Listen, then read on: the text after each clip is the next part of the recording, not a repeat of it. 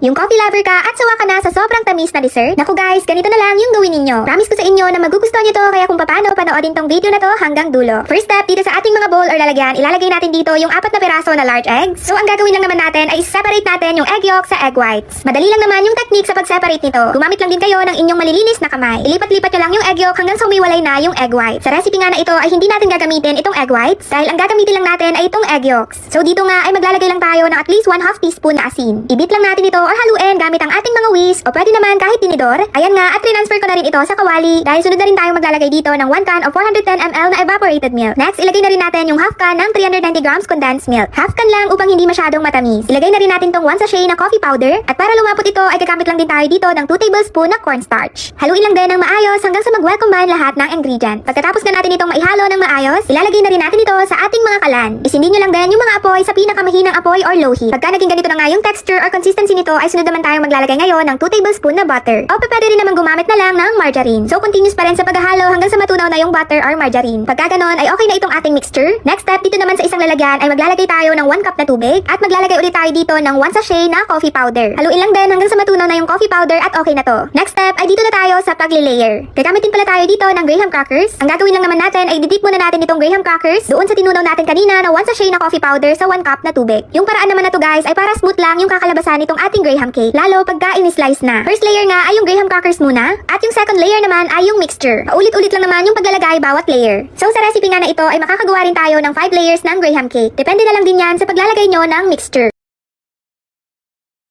Ayusin lang natin yung pinaka-top nito at pwede na natin ilagay sa ating mga freezer. Yes guys, sa freezer upang mas mabilis lumamig. Nung lumamig na nga ito at bago natin ito tikman, pwede din tayo maglagay dito ng toppings. Gumamit lang naman ako dito ng Choco Mani, pero may toppings man o wala ay sure ako na masarap talaga to. Kaya para matikman na nga, ayan at i-slice na nga natin ito. Hindi nga ako nagkamali dahil masarap talaga.